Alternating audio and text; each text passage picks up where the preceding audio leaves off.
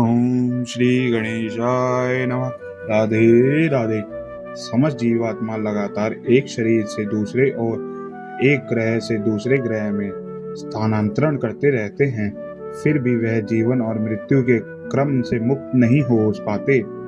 किंतु उनमें से जो आपके चरण कमलों का शरण ग्रहण करता है, वह दुर्जय मृत्यु के आक्रमण की चिंता से मुक्त हो जाता है। देवकी के इस कथन की पुष्टि स्वयं श्री भगवान ने श्रीमद् भगवत गीता में की है। उसके अनुसार श्री भगवान कहते हैं कि ब्रह्मलोक से पाताल लोक तक के सारे ब्रह्मांडों में कोई भी जन्म मृत्यु रोग और वृद्धावस्था से मुक्त नहीं रह सकता, किंतु श्री भगवान कहते हैं जो मेरे लोक में प्रवेश करता है उसे फिर कभी भौतिक जगत में नहीं आना पड़ता। अतः आपसे मेरी प्रार्थना है कि आप मुझे उग्रसेन के पुत्र कंस के क्रूर हाथों से बचाएं। कृपा करके मुझे इस भयावह स्थिति से उबारें, क्योंकि आप अपने सेवकों की रक्षा करने के लिए सदैव उद्युक्त रहते हैं। श्री भगवान ने इस कथन की पुष्टि श्रीमद् भगवत गीता में अर्जुन को आश्वस्त करते हुए की है। तुम संसार को बता दो कि मेरा भक्त कभी नष्ट नहीं होता। इस प्रकार रक्षा करने के लिए प्रार्थना करते हुए माता देवकी ने अपना वात्सल्य व्यक्त किया।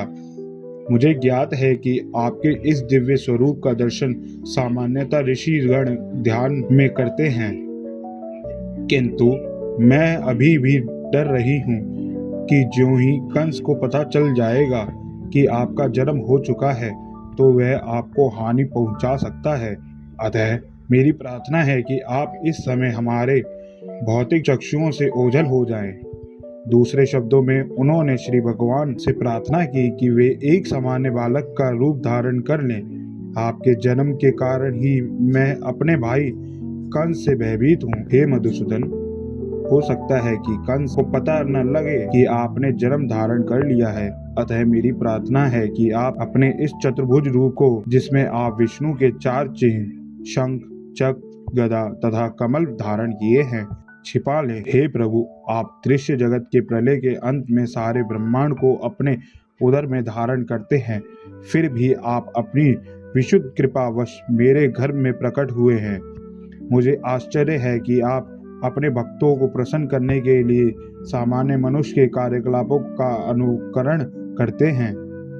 देवकी की प्रार्थना सुनकर श्री भगवान ने उत्तर दिया, हे माता, स्वयंभू मनु के कल्प में मेरे पिता वसुदेव एक प्रजापति के रूप में थे जिसका नाम सुत्पा था, और आप उनकी पत्नी ऋषि थी। उस समय ब्रह्मा ने प्रजा बढ़ाने की इच्छा से आपसे संतान उत्पन्न करने के लिए कहा। आपने अपनी इंद्रियों को वश में करते हुए कठोर तपस्या की। योग पद्धति में प्राणायाम का अभ्यास करते हुए आप पति पत्नी दोनों ने वर्षा, वायु, कड़कड़ी धूप में भौतिक नियमों के सारे प्रभावों को सहन किया। आपने समस्त धार्मिक नियमों का भी पालन किया।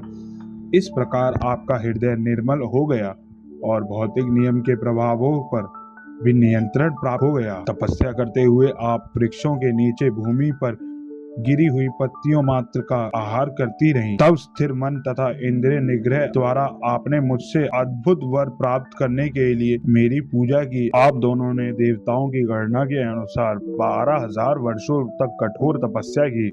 उस अवधि में आपका मन मुझ में ही लीन रहा। जब आप भक्ति कर रही थी और अपने मन में निरंतर मेरा ध्यान कर रही थी, तब मैं आपसे अत्यधिक प्रसन्न हुआ। हे निष्पाप माता, अतः आपका अंतःकरण नित्य ही विशुद्ध है। उस समय भी मैं आपके समक्ष इसी रूप में आपकी इच्छा पूर्ति के लिए प्रकट हुआ था और आपसे मनवांछित वर मांगने के लिए कहा था।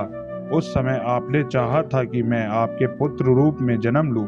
यद्यपि आपने मेरा साक्षात दर्शन किया था, तथापि आपने मेरी माया के प्रभाव के कारण व्यापक भवबंधन से पूर्ण मुक्ति न मांगकर मुझे अपने पुत्र के रूप में मांगा था। दूसरे शब्दों में श्री भगवान ने प्रकट होने के लिए इस जगत में ऋषि तथा सुत्पा को अपने माता पिता के रूप में चुना। जब भी श्री भगवान मनुष्य रूप में अवतरित होते हैं, उन्हें माता पिता की आवश्यकता होती है।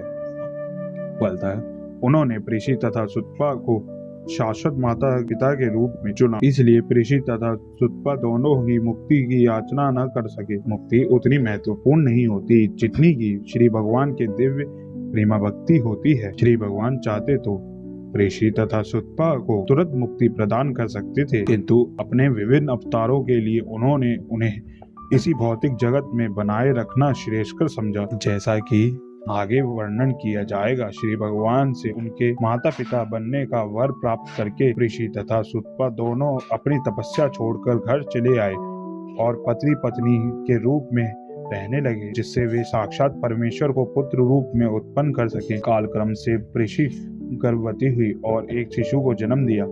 श्री भगवान ने वसुदेव तथा देवकी से कहा, उस समय मेरा नाम ऋषि गर्भ था। अगले कल्प में आपने अदिति तथा कश्यप के रूप में जन्म लिया और तब मैं उपेंद्र नाम से आपका पुत्र बना। उस समय मेरा स्वरूप एक बोने जैसा था, जिससे मैं वामन देव के नाम से विख्यात हुआ।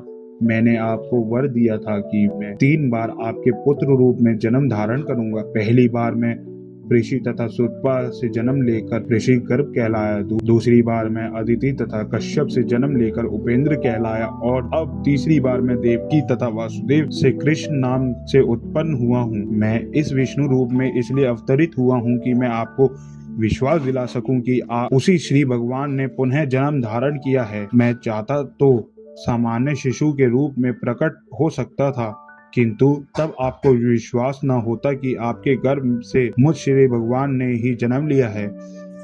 हे मेरे माता पिता, इस तरह आपने कई बार अत्यंत लाड़ प्यार से अपने पुत्र के रूप में मुझे पाला पोसा है, अतः मैं अत्यधिक प्रसन्न हूँ कि आपका अत्यंत कृतज्ञ हूँ। मैं विश्वास दिलाता हूँ कि इस बार आप अपने उद्देश्य को पूरा करके भगवत धाम को वापस जाएंगे। मैं जानता हूँ कि आप मेरे लिए चिंतित हैं और कंस से भयभीत हैं, अतः मेरा आदेश है कि आप तुरंत ही मुझे गोकुल ले चलें और यशोदा की नवजात कन्या से जो अभी अभी उत्पन्न हुई है मुझे बदल लें। प्रेम से बोलिए राधे राधे और देखिए क्या जादू होता है, आपका दिल खुशी से भर जाएगा। कमेंट में लिखिए राधे राधे। इस चैनल को सब्सक्राइब करें और वीडियो को लाइक करना ना भूलें। राधे राधे।